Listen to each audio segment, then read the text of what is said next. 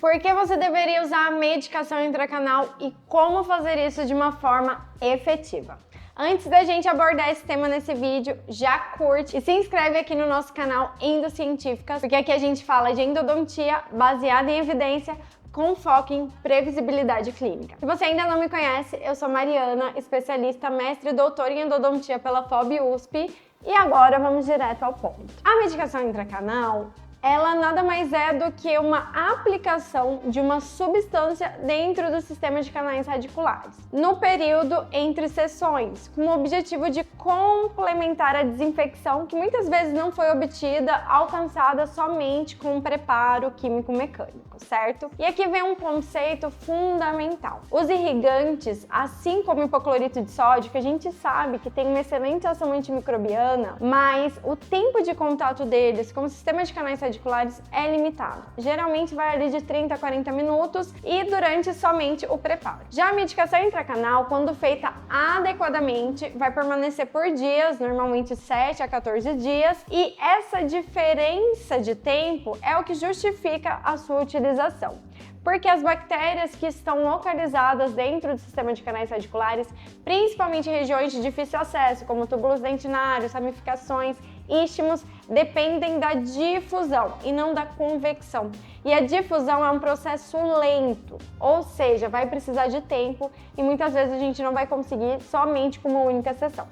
Além disso, a medicação intracanal ela também atua como uma barreira física. Então ela vai preencher o canal, impedindo uma reinfecção por fluido, saliva e exudato inflamatório. Mas agora vem a parte mais importante. Nem em todo caso ele vai precisar de uma medicação intracanal.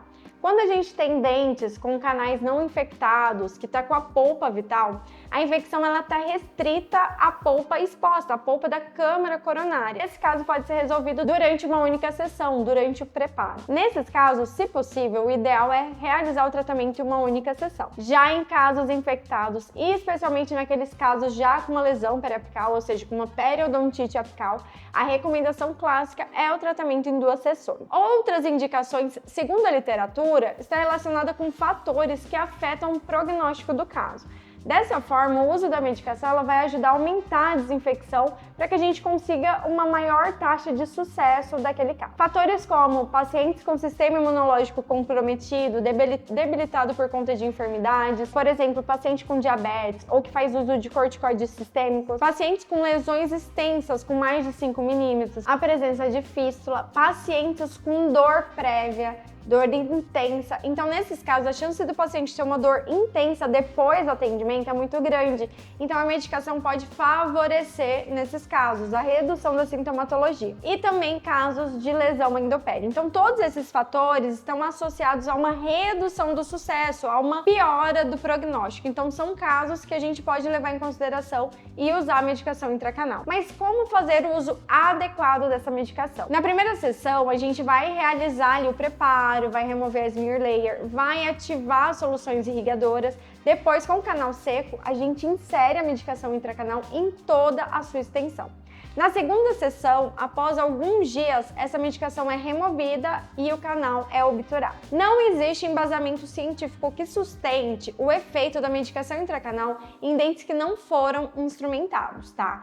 Nessas situações pontuais, como por exemplo falta de tempo clínico, é possível lançar mão de medicações, é possível lançar mão dessa conduta temporária, mas é interessante a gente reavaliar o paciente, remarcar em um curto período de tempo e aí sim fazer o uso de uma medicação intracanal de uma forma mais efetiva, conforme eu vou te explicar hoje. Porque do ponto de vista da desinfecção, a gente não tem muita evidência suficiente para afirmar que aquela medicação foi de fato eficaz, mesmo com a presença de tecido, mesmo com a presença de biofilme. Muitas vezes a gente faz o uso dessas substâncias em uma sessão ali mais rápida para controlar a dor, porque a gente sabe que gera sim um alívio, mas do ponto de vista da desinfecção, a gente não tem evidência suficiente para afirmar se essa medicação foi realmente eficaz com aquele tanto de tecido, de matéria orgânica que permaneceu. Então, o ideal é que a medicação intraconduto seja utilizada de uma maneira adequada para que a gente tenha ali todo o seu potencial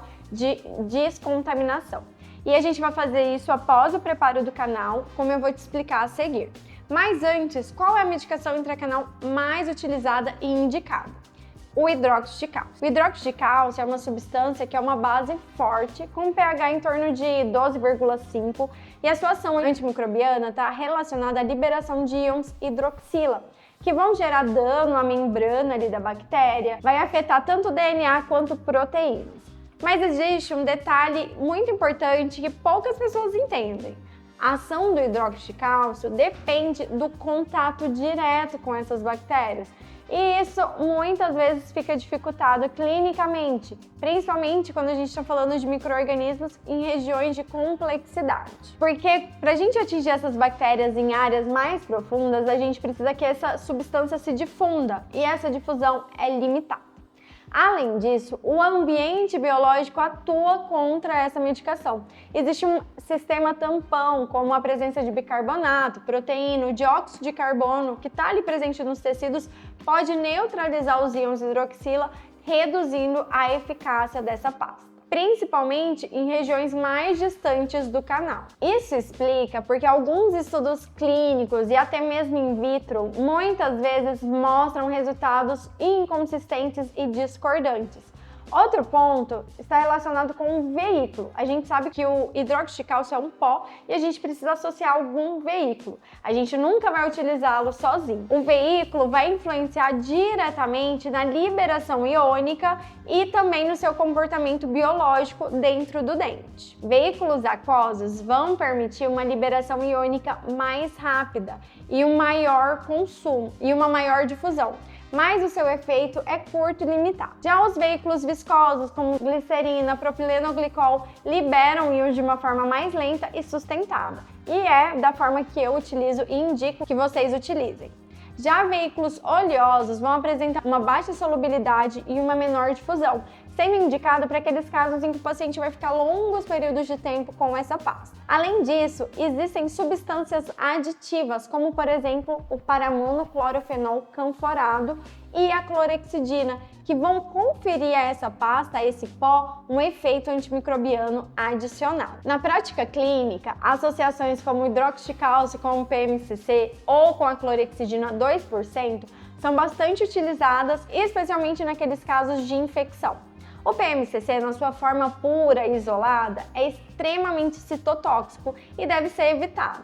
Mas quando a gente associa ele com o hidróxido de cálcio, essa citotoxicidade reduz. Isso acontece porque o hidróxido de cálcio muda o comportamento dessa substância. O hidróxido de cálcio ele vai atuar como se fosse o veículo do PMCC, reduzindo, permitindo ali uma liberação lenta e controlada dessa substância, reduzindo a sua toxicidade e capacidade de irritar ali os tecidos e mantendo a sua ação antimicrobiana. Além disso, estudos mostram que essa associação não apresenta efeito genotóxico ou mutagênico, o que reforça a sua segurança quando bem indicados. Uma combinação que eu gosto muito de fazer é a pasta HPG, que é recomendada e está lá no livro do professor Lopes e Siqueira, que nada mais é do que o uso do hidróxido de cálcio, PMCC, o paramuno, juntamente com a glicerina. Essa pasta ela deve ser manipulada sempre em uma placa estéreo.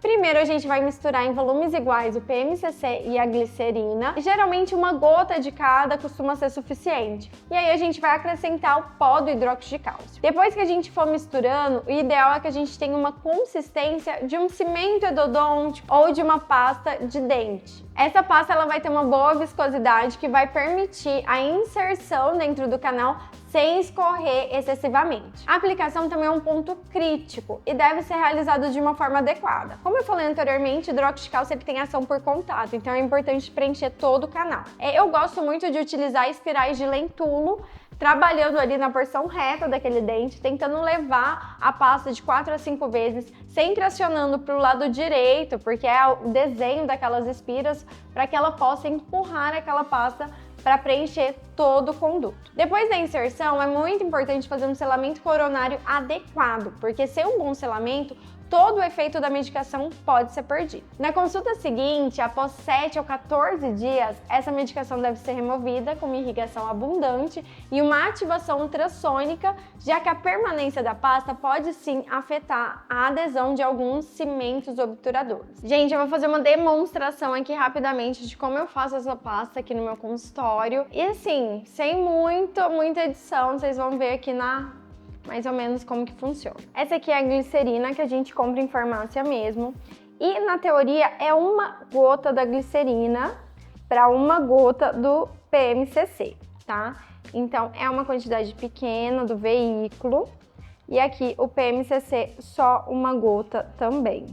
E depois a gente vai associar ao pó de hidróxido de cálcio de forma a de ter ali um aspecto, uma consistência parecida a um cimento endodôntico. Se eu percebo que está muito duro, eu acrescento um pouquinho mais da glicerina, tá? Mas eu mantenho uma gotinha só do PMCC.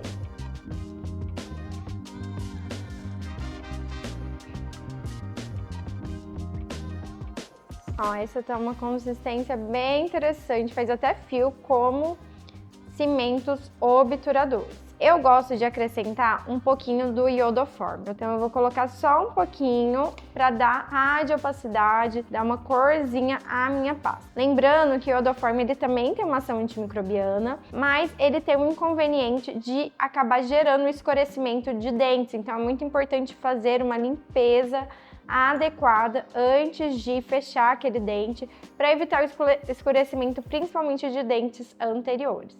Gente, eu tenho aqui a pasta, ó, em uma consistência perfeita para ser levada ao canal e eu utilizo uma lentulo ou um condensador de Max Paden fino na porção reta, preenchendo todo o conduto. Muito importante fazer uma radiografia de confirmação do preenchimento.